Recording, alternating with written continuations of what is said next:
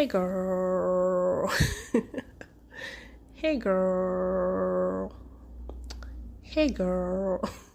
You know, it's funny because when a black girl say girl, that means we're about to talk about man or some shit. And when it's man, it's always about some shit. Welcome back, wonderful people. So nice to have you guys join me. Today, I think so. Today I recorded about like four. So this is about to be my fourth episode recording, and I'm excited. And it's funny because like I just feel like today's theme is like dating, right? It's dating, man and woman relationship. So I'm gonna and now that I'm thinking about it, I feel like this episode will follow.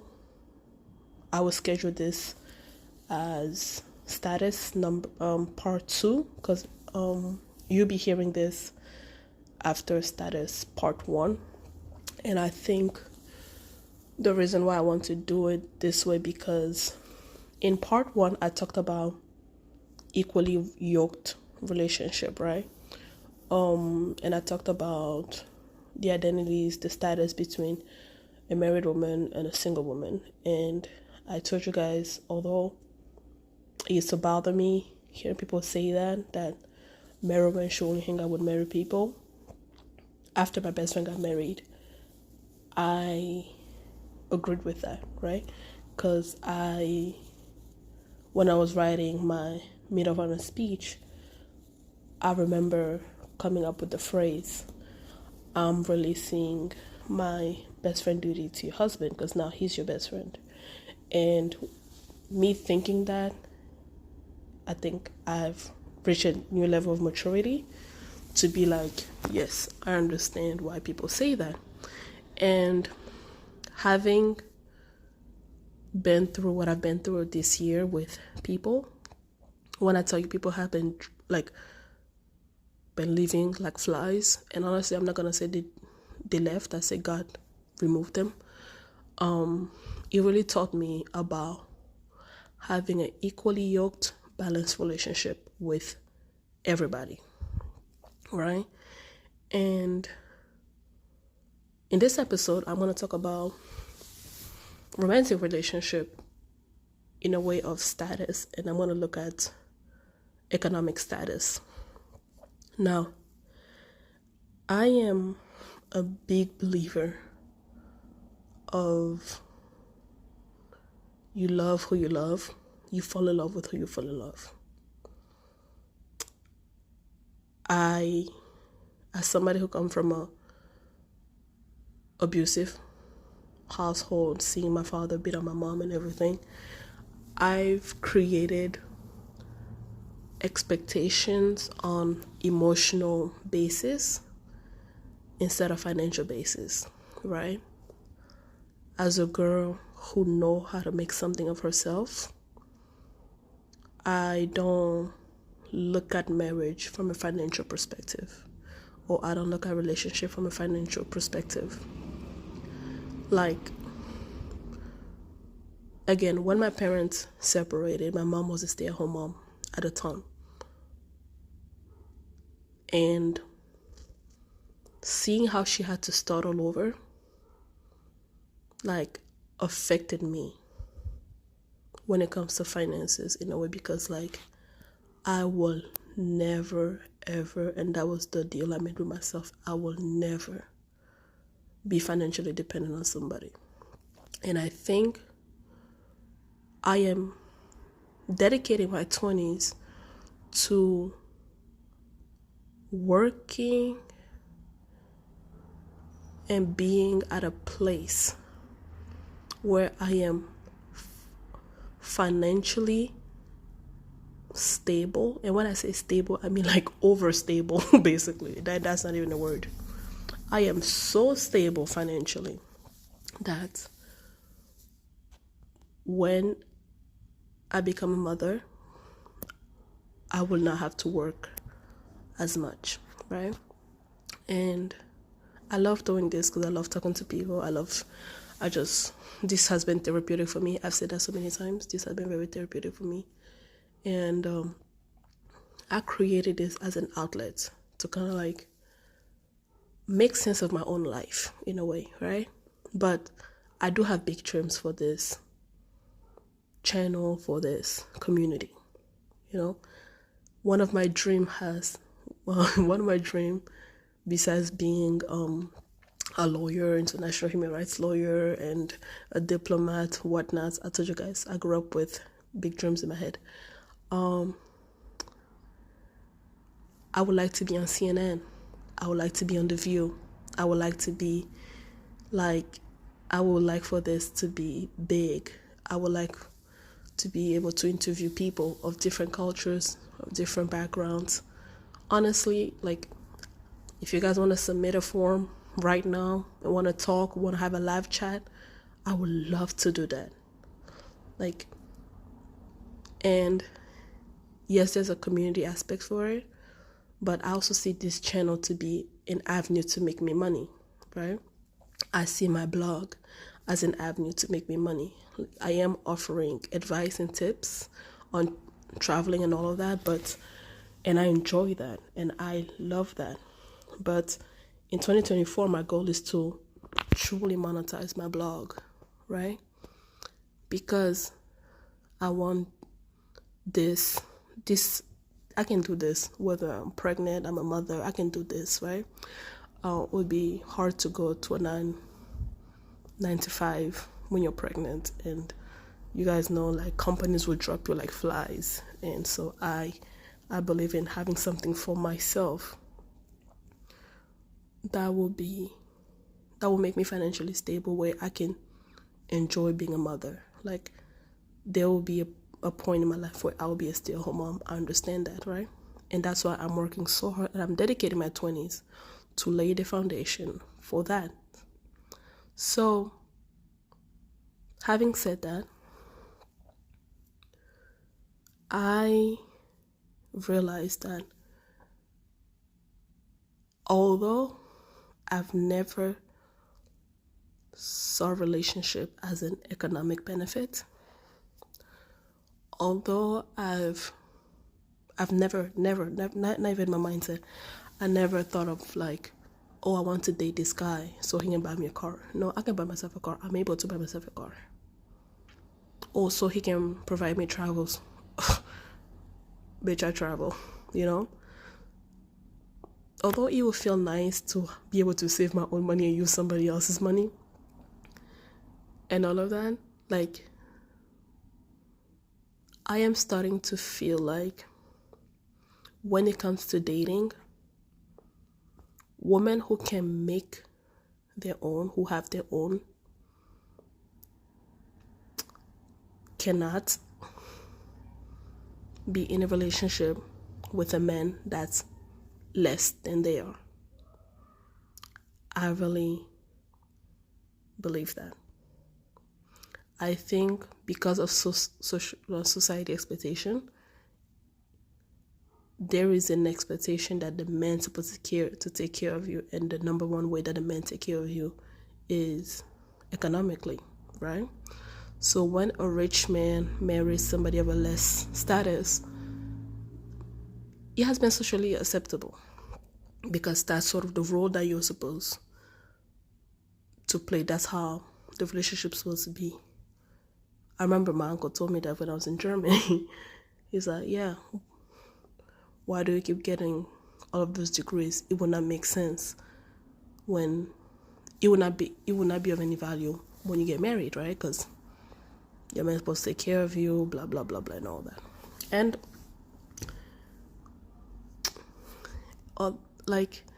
although I was upset when he said that,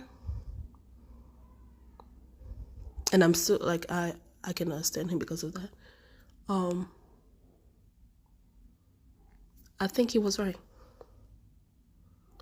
When you marry a man who's lower in social status as you, and which is defined by the economic status, you have two choices.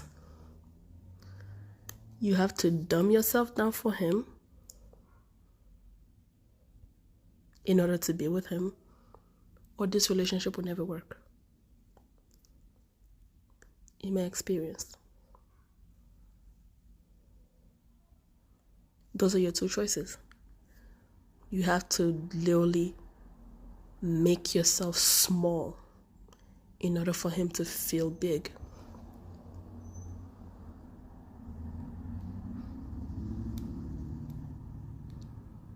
I've seen it with a woman in my family. I've experienced it in my dating experiences and even in friendships. Someone who have nothing to lose will make sure you have everything to lose.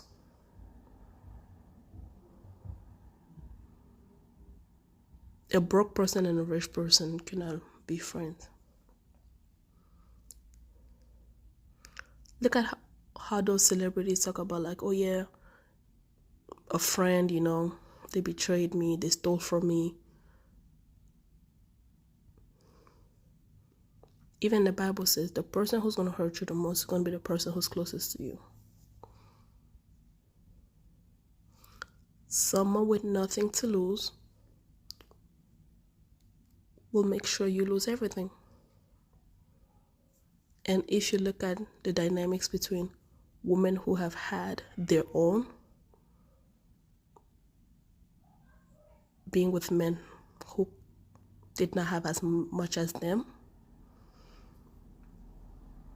those women have fallen. They fall all the time. They fall all the time. As romantic. All the women in my family, they married down.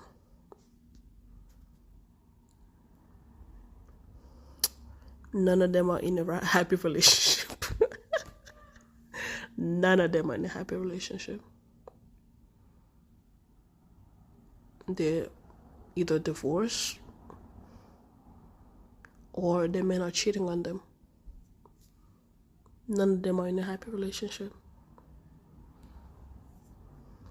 And in my personal dating life, although I never made money an issue, ever, never made money an issue, money has always been an issue. Oh, because you think you have this. And I'm just like, dude, we're talking about water. How did we get to your finances? We could be talking about something else, but it will go back to, because you think you're educated, because you think you have more money than me, or you can. When I broke up with my ex, his last word was, yeah, because you think you're more educated than me, like you may have more degrees than me, you may have more finances than me and everything, but know that one day I'm gonna make it and I'm gonna prove you wrong. And I'm like, I have never talk about finances with this man. I have never made finances an issue. Never. Not even once. This man was basically mooching off of me.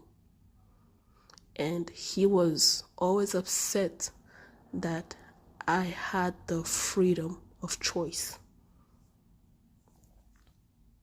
I was with him because I chose to be with him, not because I needed him, and that was a problem. That was a problem. And even though my mother can be annoying and backward sometimes, I remember her being like, you have to be somebody who's equally educated and have about the same amount or more than you. She used to be like, don't try to buy a house because you will intimidate a man. And I think I will intimidate a man who does not have a house, right? If you have a house and the man doesn't have a house, of course you'll be intimidated. Of course it's going to be like an ish about him moving in with you, right?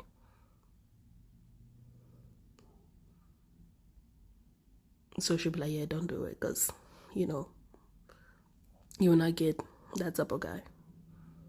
But a man who has his own house will not feel threatened that you have your own house. You guys will have a different discussion.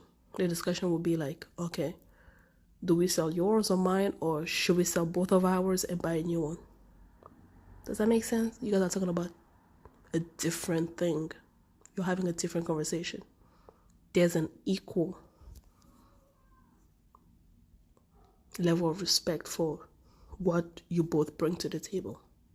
But if one person is bringing something and the other person is not bringing as much, and I know some people are like, oh yeah, emotionally they can be there, they can take care of the kids and everything. How many men do you know that does that? How many? I know Tyler Perry told us to be okay if he can pay the light bill and everything. How many men do you know that would be okay with that? And not even that, it's not even about paying the bills or anything. I feel like when you come from two different classes, it's hard to have 90% things in common. I remember with my ex, we went to the EU because I had a thing at the EU and everything. And we were there. And we are surrounded by multicultural people, people who are well educated and everything. And this bastard, and y'all, if you guys been here since season 1, you know that my favorite word is bastard. And I don't really mean anything by it, but just like my favorite word. This bastard was making racist joke and wanted me to laugh with him, and I'm like, dude, this is not the place or the time. His joke was they were not timely, and they were highly inappropriate for the environment that we were in.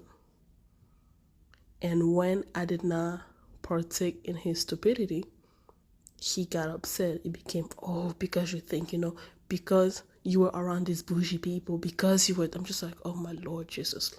So he cannot even have the understanding that you need decorum in such a place.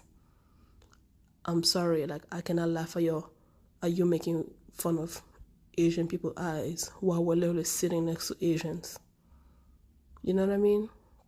And to quote Dave Chappelle, he said, Jay-Z has that fuck you money, right? Oh, no, Jay-Z has the shut the fuck up money.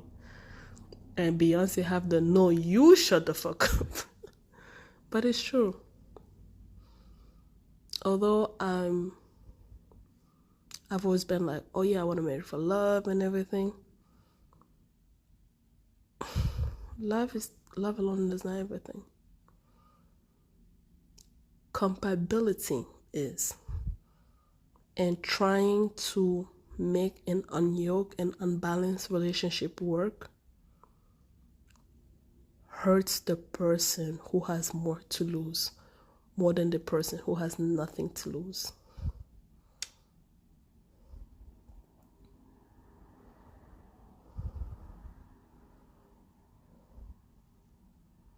So yeah, guys, that's my spiel for the day. See y'all later.